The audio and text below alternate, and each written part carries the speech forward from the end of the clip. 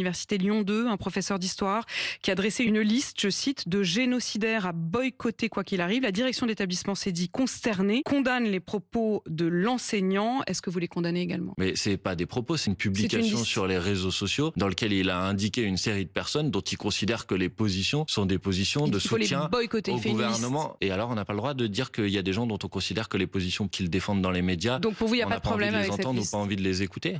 Moi, j'aurais pas fait de liste personnellement. Et je suis quand même un peu stupéfait. On a quand même le droit de dire que quand des gens défendent un gouvernement, qui est le gouvernement de Monsieur Netanyahou, qui est accusé de génocide. Il n'est pas accusé de génocide. Enfin bon, on va pas rouvrir encore si, ce madame, débat. il est accusé de génocide.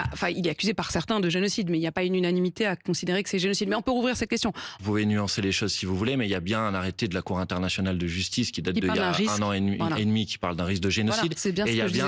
madame, il y a bien des mandats d'arrêt de la Cour pénale internationale qui ont été... Non mais attendez, balayez ça d'un revers de la main si vous voulez. Vous savez ce que c'est des mandats d'arrêt de la Cour pénale internationale pour crimes de guerre ou crimes contre l'humanité? Parfaitement. Est-ce que ça veut dire que pour vous, par exemple, l'animateur Arthur est un génocidaire? Je ne dirais pas ça, mais je dirais par contre qu'ils ont pris des positions politiques de soutien à un gouvernement qui est un gouvernement qui commet un génocide. Donc je ne suis pas d'accord avec le fait que ces gens-là... Je ne suis pas d'accord avec ça, puisque moi je ne considère pas que les gens qui soutiennent un gouvernement qui commet des crimes contre l'humanité sont eux-mêmes responsables de ces crimes-là. Mais par contre, je pense qu'on a le droit de considérer que leurs positions sont extrêmement problématiques. D'ailleurs, je vais vous faire remarquer que pendant des mois et des mois, on nous a dit, à partir du moment où il y aura la libération des otages, la guerre s'arrêtera. Et ce que j'observe, c'est que malheureusement, trop tardivement, il y a eu la libération des otages et qu'on a encore des Palestiniens innocents qui meurent aujourd'hui. Et je trouve qu'on devrait davantage parler de ça plutôt que des tweets des uns et des autres sur les réseaux sociaux.